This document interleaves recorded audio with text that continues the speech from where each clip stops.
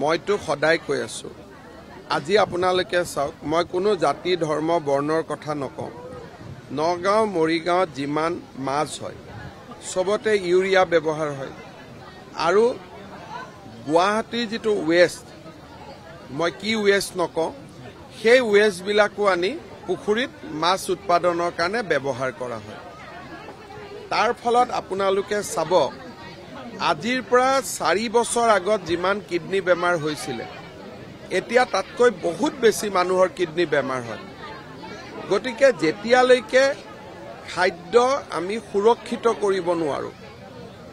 মাছৰ উৎপাদন বঢ়াৰ কাৰণে আন বহুত অৰ্গেনিক নিয়ম আছে কিন্তু যদি শৰ্টকাটত যায় তেতিয়াতো কাম নহব এই কথাবোৰ মই কোৱা নহয় বিভিন্ন টিভি ইন্টাৰভিউত এই খেতিয়কসকলে কৈছে যে আমি ইউৰিয়া ব্যৱহাৰ কৰো এটা খেতিত ইউৰিয়া দিলে গছ পাব গছে খাদ্য উৎপাদন কৰিব এটা তাত পুৰা সাইন্টিফিক্যালি বুজোৱা আছে যে কিমান ইউৰিয়া হ'ব কিমান নাইট্ৰোজেন হ'ব পুৰা এটা ভাগ কৰা আছে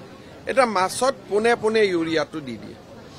মানুহৰ কিডনি বেমাৰ হয় সেইকাৰণে মই উজনি অসমৰ ৰাইজকো কৈছো যদি নপঠাই ভাল কথা সুযোগটো ল'ব লাগে বজাৰখন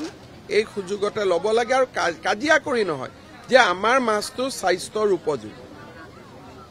তেতিয়া মানুহে 2 টকা বেছিও দিব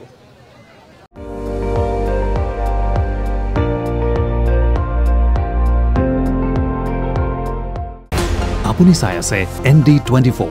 সৰ্বশ্ৰেষ্ঠ নহয় সৰ্বোত্তমৰ দৌৰ